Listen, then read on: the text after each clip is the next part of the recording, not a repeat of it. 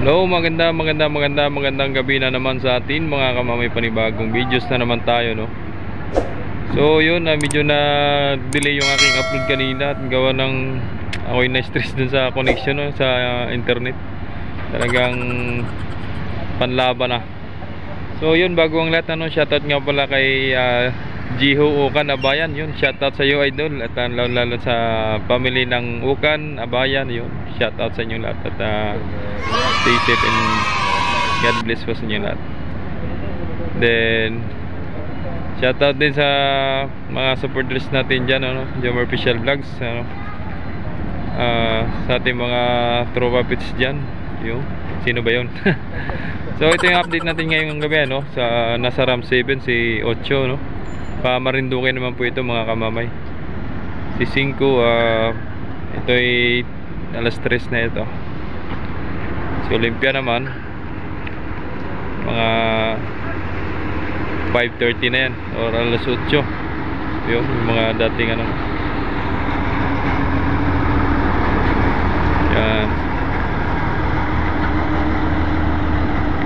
Sasakayan pa Marinduque. Yun si 8.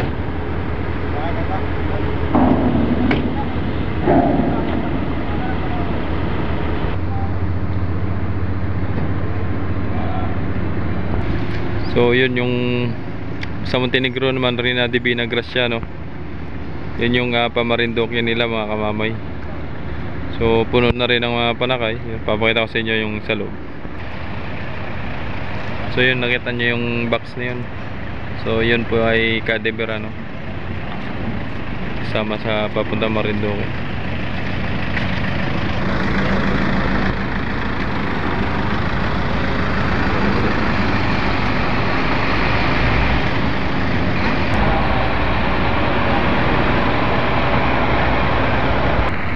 Si Natasha Binibining Batangas. Mamaya may parating mamaya si Star Wars 11 ang galing Romblo, no. So dito mga kamamay, no, dito yung flammable area, no. Bawal haluan yan ng mga cargos, mga tawag nito, yung may mga feeds, mga bigas, may mga baryos kung tawagin, ano, doon sa mga karga na yun. So dito lang talagang area na ito, dito lang ay flammable area lang ito. Yun, no, kung napapansin nyo, yun, no. So medyo madilim dun.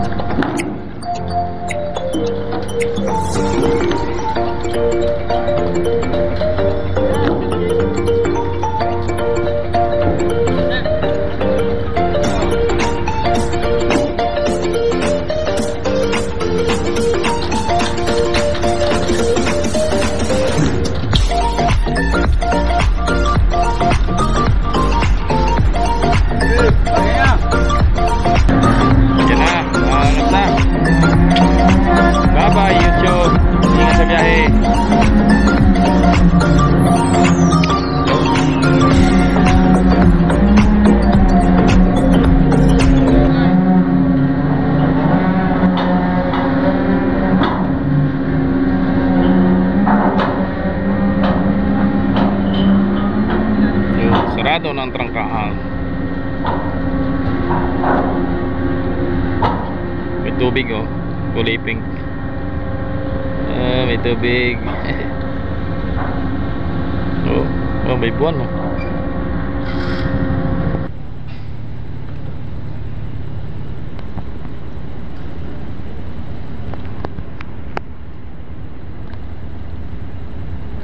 Yan na, si 8 lalabas na papunta sa breakwater. Punta Marinduque yan mga kamamay, ano. Shoutout po sa inyong lahat.